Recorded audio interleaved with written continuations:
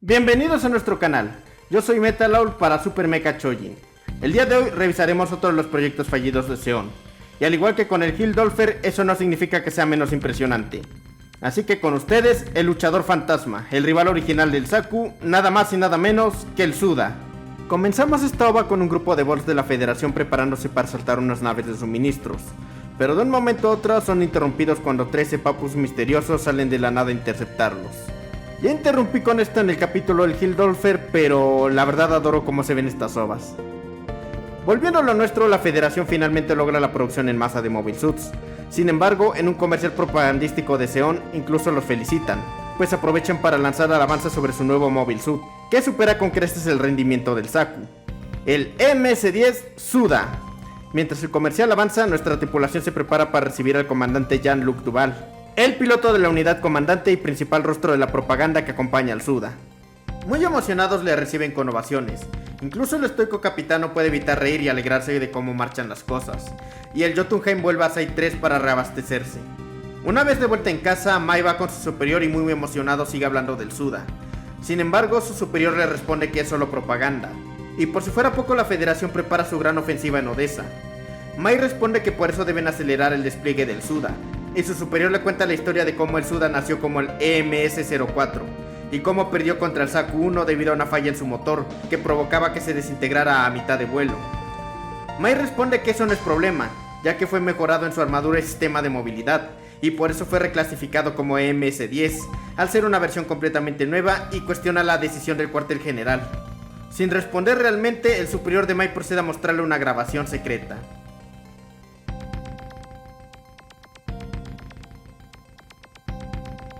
Yep, esta es una escena totalmente tomada de la serie original del 79, pero esta vez vista desde el lado zeonita. Y pese a que dura apenas unos segundos, la verdad me gustó cómo la presentaron, pues en la serie original estábamos del lado de la Federación, siempre vimos al Gundam con cierta aura heroica. Sin embargo, en esta ocasión podemos ver el miedo que provoca en los ojos de Zeon, ya que son quienes protagonizan estas ovas. Utilizan un pequeñísimo momento de la serie original, y salvo por la animación no la cambia ni siquiera un poquito, y aún así logra ser recontextualizada por completo. De vuelta en el espacio, las pruebas del Suda continúan. Sin embargo, durante la prueba uno de los Suda acelera al máximo de su capacidad, lo que provoca una enorme pérdida de estabilidad. Duval le ordena al piloto apagar el motor. Sin embargo, la falla del Mobile Suit se hace presente y se bloquea, haciendo imposible apagar el motor, acelerando por encima de sus límites y tras despedazarse pieza por pieza termina por estallar. De vuelta en la nave, todos se lamentan por la muerte del piloto. Mai se acerca a Duval para comentarle sus inquietudes y finalmente menciona al elefante en la habitación y le dice que el incidente de hace años volvió a repetirse. Duval trata de zafarse con excusas. Sin embargo, Mai estudió todo el asunto por su cuenta y ya harto decide preguntarle directamente si es verdad que existe alguna diferencia entre el modelo EMS-04 y el MS-10. Duval reacciona con ira y se prepara para agredir a Mai, pero son llamados por el intercomunicador y van al puente. Y es que se está presentando un nuevo comercial de propaganda, esta vez del lado de la Federación. En un tono completamente caricaturesco vuelven a hablar del Suda, y revelan cómo perdió la competencia contra el Zaku 1 por culpa de su motor defectuoso. Al principio no se lo toman en serio, pero el comercial continúa y revela que gracias a informantes del propio Zeon, muestran que en realidad el MS-10 y el MS-04 son la misma máquina, ya que sus mecanismos internos son exactamente iguales, y finalizan presumiendo que en este preciso instante están destruyendo las fuerzas de Odessa. Todos quedan atónitos, pero no tienen tiempo de reaccionar, ya que reciben un comunicado del cuartel general, pidiendo a todas las flotas disponibles acercarse a la órbita de la Tierra, confirmando que en efecto fueron derrotados en Odessa y tienen que ir a recuperar a tantos de sus compañeros como les sea posible. Mientras avanzan, el capitán comenta que quizá deba prohibir el uso del Suda, a lo que Duval reacciona culpando a la empresa Zeonic por la filtración de la farsa del Suda. No se está seguro de qué pasa, pero de cualquier modo no cambia la situación. Reciben centenares de llamadas de ayuda, pues ya fueron derrotados y los sobrevivientes hacen un desesperado escape de vuelta al espacio. Entre el caos, las cápsulas de transporte chocan unas con otras provocando destrucción. La reacción en cadena es tal que el Jotunheim tiene problemas para esquivar todos los fragmentos que vuelan en su dirección. Y para terminar de empeorar las cosas, llegan Bolts con el objetivo de ejecutar a los sobrevivientes de la batalla. Los Zakus salen para intentar defenderse, sin embargo, el problema es que son Zakus 2 de tipo J, Esto significa que están especialmente ajustados para el combate terrestre, volviéndolos presa fácil incluso para un Ball. La cuarta flota tardará unos minutos más en llegar. Monique ordena el despliegue de los Suda, incluso piloteando uno ella misma. Salen y logran enfrentar a los Balls, mientras empiezan a rescatar a los Zakus para ponerse a salvo. Sin embargo, no iba a ser tan sencillo, ya que llegan los GM y atacan a Jotunheim. Duval ordena a los demás continuar el rescate mientras él va a luchar. Con gran destreza elimina a 2 GM y se prepara para luchar contra los 4 restantes. Sin embargo, estos lo reconocen y se empiezan a burlar de él. Lo que resulta mal porque la movilidad del Suda está muy por encima de la de sus adversarios. Tras unos disparos comienzan a perseguirlo. Monique se dispone a seguirlos y Mai le recuerda tener cuidado con el límite del motor. Los pilotos del GM se empiezan a cuestionar si la persecución vale la pena, pero Duval aprovecha para burlarse de ellos y acelerar en sus caras, provocando que los GM aceleran a la par. Mientras continúa la persecución, el Suda sobrepasa su límite. El comandante Jean-Luc Duval da sus últimas palabras, pues pese a todo, está feliz, pues el Suda ya no es un mero luchador fantasma, ya que está en una batalla de verdad, y aunque solo sea un pequeño destello en la larga guerra, logró dejar testimonio de su existencia. Forzados más allá de sus capacidades, los motores de los GM también comienzan a fallar. Uno de los pilotos retrocede, sin embargo, Monique, que lo seguía de cerca, aprovecha para ejecutarlo. El motor del Suda y de los GM restantes están al borde del colapso. Sin embargo, entre la espada y la pared, los GM están condenados a seguir acelerando, y terminan por desmoronarse. Monique logra apagar el motor de su Suda a tiempo, pero para el comandante Duval ya es demasiado tarde, estallando como un cometa junto a su Sud.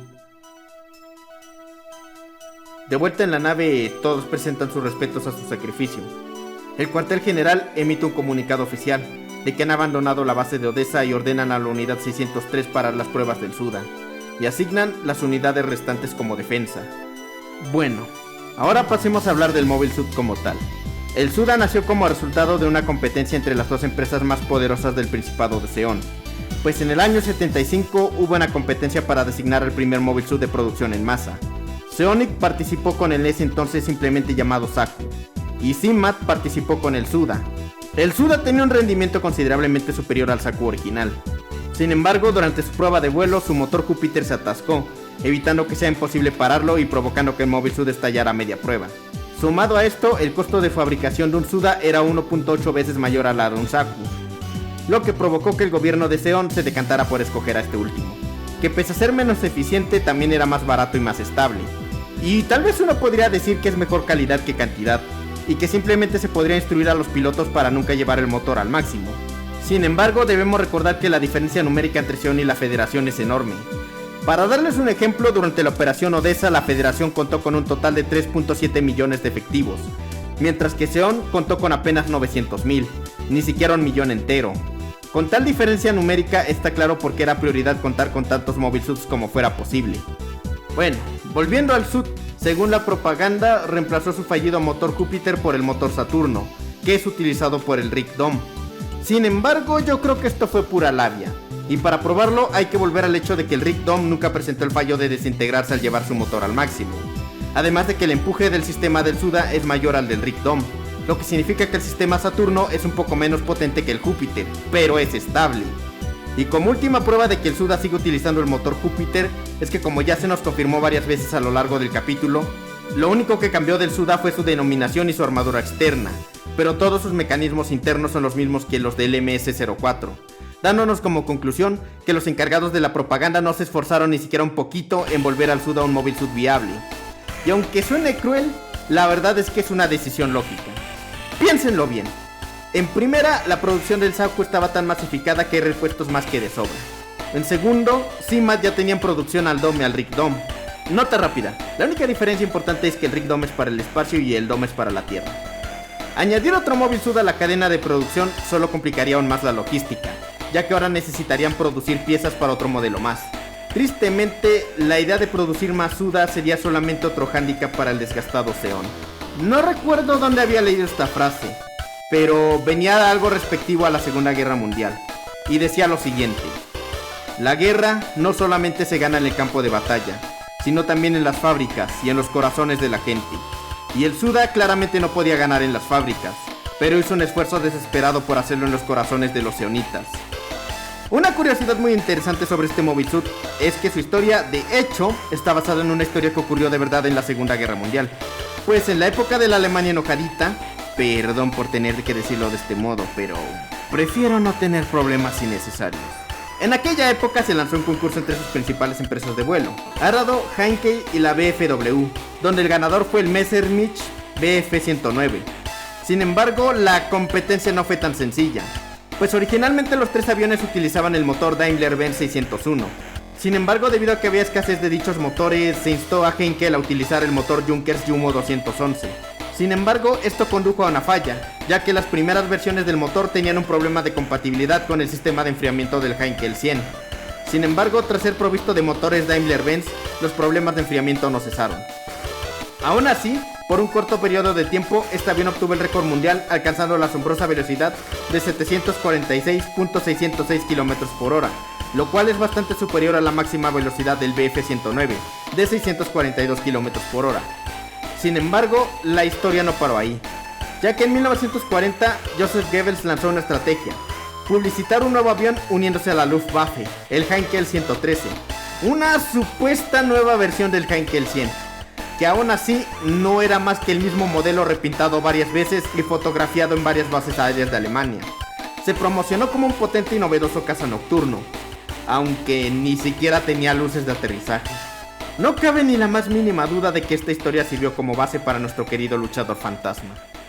Y con esto termina la historia del Heinkel 100, pero la del Suda continúa un poquito más. Tras la muerte del comandante Duval, los Suda restantes siguieron en servicio hasta el final de la guerra, pues escoltaron al Jotunheim durante las pruebas del Segok, e incluso con los últimos experimentos de Logos y el Big Rang. Sin embargo, de estas otras máquinas hablaremos en otra ocasión. Por ahora volvamos a la última batalla de la Guerra de un Año, a la batalla de Abau Aku, la última defensa de Seón. Incluso tras perder la guerra, la batalla no había terminado, pues las fuerzas de la Federación aún buscaban eliminar a los remanentes de Seón, como una suerte de venganza personal. Las fuerzas restantes donde el Big Rang y el Logo se encuentran son atacadas por soldados de la Federación, y Mai y los demás dan todo, ya no para ganar, simplemente para poder seguir vivos. Aún así, todo lo que queda en el Jotunheim viene a apoyar, incluyendo a los dos Suda restantes. La última batalla de la 603 es una masacre, resultando en la muerte de varios, incluso en la destrucción del Big Rang. Tras la batalla, la tripulación del Jotunheim se queda hasta que todas las demás naves se retiran. Tras mucha espera, finalmente se deciden a dar por muertos a Mai y a los demás, y se preparan para retirarse. Sin embargo, durante la retirada interceptan señales. Al principio creen que son enemigos, pero son los supervivientes de la batalla, entre ellos el Suda de Monique, que se las arregló para rescatar a Mai. Y así, finalmente termina la guerra con la aplastante derrota del Principado de Seón. ¿Qué más puedo decir del Suda? Finalmente no fue más que un experimento fallido. Perdió contra un simple Zaku y ni siquiera sirvió como propaganda. Pero al final del todo se quedó ahí, pues el espíritu del luchador fantasma acompañó a Seón incluso hasta su derrota.